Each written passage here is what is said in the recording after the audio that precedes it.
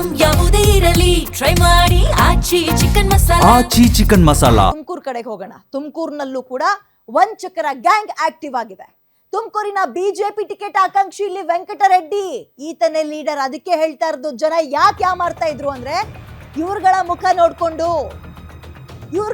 ನೋಡ್ಕೊಂಡು ತುಂಬಾ ಸೀರಿಯಸ್ ಆಗಿ ಗಮನಕ್ಕೆ ತಗೊಳ್ಬೇಕು ನಾವು ಇದನ್ನ. ತುಮಕೂರಿನ ಬಿಜೆಪಿ ಟಿಕೆಟ್ ಆಕಾಂಕ್ಷಿ ವೆಂಕಟರೆಡ್ಡಿ ಈತನೇ ಈ ದಂಧೆಯ ಲೀಡರ್ ತುಮಕೂರು ಭಾಗದಲ್ಲಿ. ಜೆಡಿಎಸ್ ನ ತಿಪ್ಪೇಸ್ವಾಮಿ ಇದ್ನಲ್ಲ ಬಳ್ಳಾರಿಯಲ್ಲಿ, ಹಂಗೆ ಬಿಜೆಪಿಯಲ್ಲಿ ಈ ವೆಂಕಟರೆಡ್ಡಿ ಗುರುತಿಸ್ಕೊಂಡಿದ್ದಾನೆ. ಎಲ್ಲ ದೊಡ್ಡ ದೊಡ್ಡ ಪಕ್ಷದ ಟಿಕೆಟ್ ಆಕಾಂಕ್ಷಿಗಳೇ. ಆ ತಿಪ್ಪೇಸ್ವಾಮಿಗೆ ಇದು ತುಮಕೂರಿನಲ್ಲಿ ತಿಪ್ಪೇಸ್ವಾಮಿ, ನಾನು ಬಳ್ಳಾರಿಯಲ್ಲಿ ಹೇಳ್ತಾ ಇದ್ನಲ್ಲ, ಆ ಮನುಷ್ಯ ಜೆಡಿಎಸ್ ನಲ್ಲಿ ಆಲ್ರೆಡಿ ಟಿಕೆಟ್ ಇಸ್ಕೊಂಡು ನಿಂತಿದ್ದ, ಸೋತ ಅಷ್ಟೇ. ಇಲ್ಲಿ ತುಮಕೂರಿನ ಬಿಜೆಪಿ ಟಿಕೆಟ್ ಆಕಾಂಕ್ಷಿ ವೆಂಕಟರೆಡ್ಡಿ ಈತನೇ ತುಮಕೂರಿನಲ್ಲಿ ಲೀಡರ್ ಈ ಗ್ಯಾಂಗಿಗೆ ಅಥವಾ ಈ ದಂಧೆಗೆ. ಜೆಡಿಎಸ್ ನ ತಿಪ್ಪೇಸ್ವಾಮಿ ಅಂತೆ ಬಿಜೆಪಿಯಲ್ಲೂ ಕೂಡ ಈ ವೆಂಕಟರೆಡ್ಡಿ ಗುರುತಿಸ್ಕೊಂಡಿದ್ದಾನೆ. Bengaluru team, Mandya team, Gadag team, Ballari team ನ ಮೇನ್ ಆಪರೇಟರ್ ಇವನಂತೆ. ಕೆಲಸ ಕೊಡಿಸ್ತೀನಿ ಅಂತ ವಂಚಿಸಿ ಬಂದ ಹಣದಲ್ಲಿ ರಾಜಕೀಯಕ್ಕೆ ಬಳಸ್ಕೊಳ್ತಾ ಇದ್ದಂತೆ ಇವನೇ ನೋಡಿ ಈ ಖದೀಮನೆ. ಮಕ್ಳು ಬಾಳಲ್ಲಿ ಆಟ ಆಡ್ತಾ ಇದ್ದ ಈ ಖದೀಮನೆ ಬಿಜೆಪಿಯಿಂದ ಟಿಕೆಟ್ ಸಿಗುತ್ತೆ ಅನ್ನೋ ನಿರೀಕ್ಷೆಯಲ್ಲಿ ಇದ್ದಂತೆ. ಹಣವನ್ನ ಹಿಂಗೆ ಅಡ್ಡದಾರಿಯಲ್ಲಿ ಸಂಪಾದನೆ ಮಾಡಿ ಅದನ್ನ ರಾಜಕೀಯಕ್ಕೆ ಬಳಸ್ಕೊಳ್ತಾ ಇದ್ದ. ಎಲ್ಲ ಗ್ಯಾಂಗ್ ಲೀಡರ್ಸ್ ಮೆಂಬರ್ಗಳ ಮೇಲೆ 15ಕ್ಕೂ ಹೆಚ್ಚು ಕೇಸ್ಗಳು ಈಗ ದಾಖಲಾಗಿದೆ. ಬೆಂಗಳೂರಿನ ವಿಧಾನಸೌಧದಲ್ಲಿ 2, ಸಿಸಿಬಿಯಲ್ಲೂ ಕೂಡ 2 ಕೇಸ್ ದಾಖಲಾಗಿದೆ. ಇದನ್ನ ಬಹಳ ಗಂಭೀರವಾಗಿ ಎಲ್ಲಾ ಪಾರ್ಟಿಯವರು ಪರಿಗಣಿಸಬೇಕು, ಕೇವಲ ಪೊಲೀಸ್ ಸ್ಟೇಷನ್ಗಳು ಮಾತ್ರ ಅಲ್ಲ. ಯಾಕಂದ್ರೆ ನಿಮ್ಮ ಪಕ್ಷದ ಹೆಸರುಗಳನ್ನು ಹೇಳ್ಕೊಂಡು ಊರುಗಳಲ್ಲಿ ಕೆಲಸ ಮಾಡ್ಕೊಂಡಿದ್ದವರು ವಿದ್ಯಾರ್ಥಿಗಳಿಗೆ ಯಾಮಾರಿಸಿ ಕೆಲಸ ಕೊಡಿಸ್ತೀವಿ, ನಾನು ಈ ಪಾರ್ಟಿಯವನು, ನಾನು ಈ ಪಾರ್ಟಿಯಲ್ಲಿರೋನು ಅಂತ ಸುಳ್ಳು ಹೇಳ್ತಾರಲಿಲ್ಲ. ಅವ್ರು ಇದ್ದಿದ್ದೆ ನಿಮ್ಮ ಪಾರ್ಟಿಗಳಲ್ಲಿ. ಅದನ್ನ ಬಳಕೆ ಮಾಡ್ಕೊಂಡು ವಿದ್ಯಾರ್ಥಿಗಳಿಗೆ ಯಾಮಾರಿಸಿದ್ದಾರೆ. ಬಳ್ಳಾರಿ ಮೂಲದ ತಿಪ್ಪೇಸ್ವಾಮಿ ಜೆಡಿಎಸ್ ಇಂದ ಟಿಕೆಟ್ ತಗೊಂಡು ಸೋತಂತವ. ಮತ್ತೊಬ್ಬ ವೆಂಕಟರೆಡ್ಡಿ ತುಮಕೂರಿನ ಬಿಜೆಪಿ ಟಿಕೆಟ್ ಆಕಾಂಕ್ಷಿಯಾಗಿದ್ದವನು. ಇವರ ಮುಖ ಪರಿಚಯ ನಮ್ಗಳಿಗೆ ಸ್ವಲ್ಪ ಕಡಿಮೆ ಇರ್ಬೋದು, ಹೊರಗಿನ ಊರಿನವ್ರಿಗೆ. ಆ ಲೋಕಲ್ ಜನಗಳೇನಿರ್ತಾರೆ, ಆ ಭಾಗದವರು, ಸ್ಥಳೀಯರು, ಅವ್ರಿಗೆ ತುಂಬಾ ಚೆನ್ನಾಗಿ ಪರಿಚಯ ಇರುತ್ತೆ. ಯಾರ ತಾರೆ ನಂಬಲ್ಲ. ನಿಮ್ಮೂರಲ್ಲಿ MLA ಕ್ಯಾಂಡಿಡೇಟ್ ಆಗಬೇಕು ಅಂತ ಇದ್ದಂಥವ್ರ ಮುಖ ಪರಿಚಯ ನಿಮ್ಗೆ ಇರುತ್ತಾ? ಆತ ಬಂದು ನಾನು ಕೆಲಸ ಕೊಡಿಸ್ತೀನಿ, ನನ್ಗೆ ಅವ್ರು ಗೊತ್ತು, ಇವ್ರು ಗೊತ್ತು, ಇಷ್ಟಿಷ್ಟು ಅಂತ ಹೇಳಿದ್ರೆ ಯಾರೀ ನಂಬಲ್ಲ? ಸೊ ಇಲ್ಲಿ ನಂಬಿರೋರು ಅಥವಾ ಯಾಮಾರಿರೋರು ದಡ್ರು ಅಂತಲ್ಲ, ನಂಬಿಸಿರುವಂಥವ್ರು ಯಾರು ಅಂತ ನಾವು ಇಲ್ಲಿ ಗಮನಿಸಬೇಕಾಗತ್ತೆ.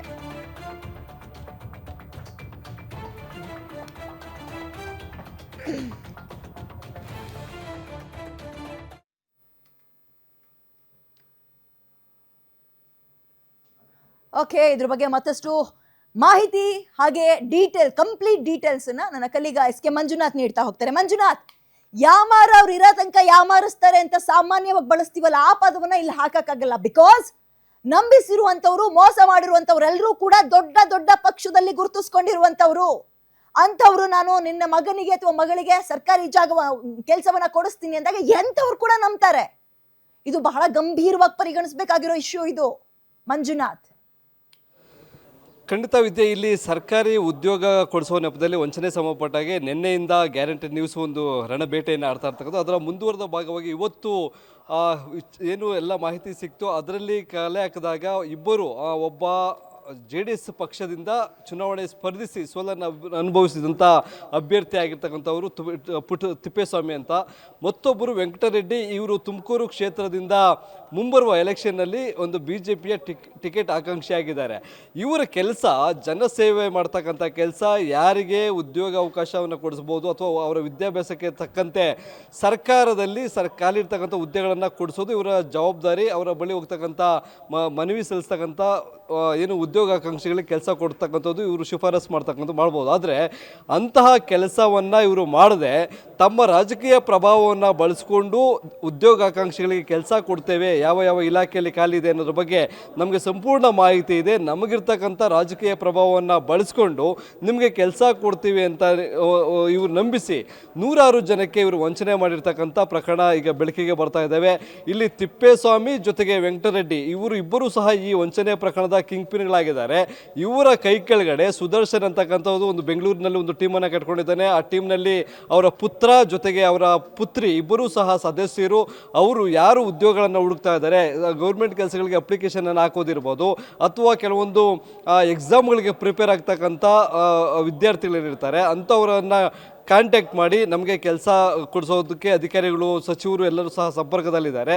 ನಿಮಗೆ ಯಾವ ಇಲಾಖೆಯಲ್ಲಿ ಕೆಲಸ ಬೇಕೋ ಆ ಕೆಲಸವನ್ನು ಕೊಡಿಸೋ ಜವಾಬ್ದಾರಿ ನಮ್ಮದು ಅಂತ ನಂಬಿಸಿ ಅವರಿಂದ ಏನು ಮೊದಲಿಗೆ ಅರ್ಜಿ ಸಲ್ಲಿಸುವಾಗ ಒಂದು 5 ಲಕ್ಷ ಜೊತೆಗೆ ಒಂದು ಎಲಿಜಿಬಲ್ ಲಿಸ್ಟ್ ಬರುತ್ತೆ ಅಂತ ನಂಬಿಸಿ ಇವರೇ ಆ ಒಂದು ಪತ್ರಗಳನ್ನು ತಯಾರು ಮಾಡ್ತಾ ಇದ್ರು. ಎಲಿಜಿಬಲ್ ಲಿಸ್ಟ್ ಬರ್ತಾ ಇದೆ, ಜೊತೆಗೆ ಏನು ನಿಮಗೆ ಅಪಾಯಿಂಟ್ಮೆಂಟ್ ಲೆಟರ್ ಸಿಗುತ್ತೆ ಅನ್ನೋ ಒಂದು ರೀತಿಯಾಗಿ ನಂಬಿಸಿ ಹಂತವಾಗಿ ಕೋಟ್ಯಾಂತರ ರೂಪಾಯಿ ಹಣವನ್ನು ಪಡೆದುಕೊಂಡಿರ್ತಕ್ಕಂಥ ಸಂಬಂಧಪಟ್ಟ ಹಾಗೆ ಬೆಂಗಳೂರು ಸೇರಿದಂತೆ ರಾಜ್ಯದ ನಾನಾ ಜಿಲ್ಲೆಗಳು, ಮಂಡ್ಯ, ಮೈಸೂರು, ಮಂಗಳೂರು, ಗದಗ ಜೊತೆಗೆ ಚಿಕ್ಕಬಳ್ಳಾಪುರ, ಈ ಎಲ್ಲ ಜಿಲ್ಲೆಗಳಲ್ಲೂ ಇವರ ವಿರುದ್ಧ ಸುಮಾರು 15ಕ್ಕೂ ಹೆಚ್ಚು ಕೇಸುಗಳು ದಾಖಲಾಗಿದ್ದಾವೆ. ಇನ್ನು ಬೆಂಗಳೂರಿನ ವಿಧಾನಸೌಧ ಪೊಲೀಸ್ ಠಾಣೆಯಲ್ಲೂ ಸಹ 2 ಕೇಸುಗಳು ಈ ಇಡೀ ಗ್ಯಾಂಗ್ ಮೇಲೆ.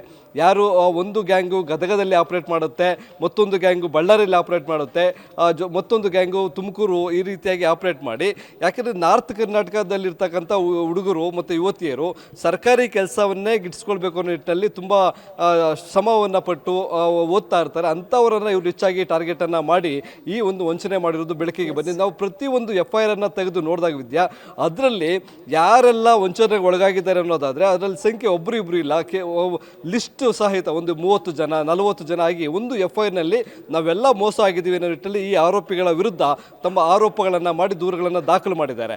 ಇನ್ನು ವಿಶೇಷ ಅನ್ನೋದಾದರೆ ಇವರ ಈ ಗ್ಯಾಂಗ್ ಏನಿದೆ 11 ಜನರ ಗ್ಯಾಂಗ್ ವಿರುದ್ಧ CCBಯಲ್ಲಿ ಪ್ರಕರಣ ದಾಖಲಾಗಿದೆ. ಆದರೆ CCB ಅಧಿಕಾರಿಗಳು ಕಳೆದ 1 ವರ್ಷದಿಂದ ಆರೋಪಿಗಳನ್ನು ವಿಚಾರಣೆ ಮಾಡುವ ನೆಪದಲ್ಲಿ ಒಂದು ಕಾಲಹರಣ ಮಾಡ್ತಾ ಇದ್ದಾರೆ. ಅವರ ವಿರುದ್ಧ ಒಂದು ದೋಷಾರೋಪ ಪಟ್ಟಿಯನ್ನು ಕೋರ್ಟ್ಗೆ ಸಲ್ಲಿಸಿಲ್ಲ ಅಂತಕ್ಕಂಥ ಒಂದು ಗಂಭೀರ ಆರೋಪ ಸಹ ಕೇಳಿ ಬಂದಿದೆ.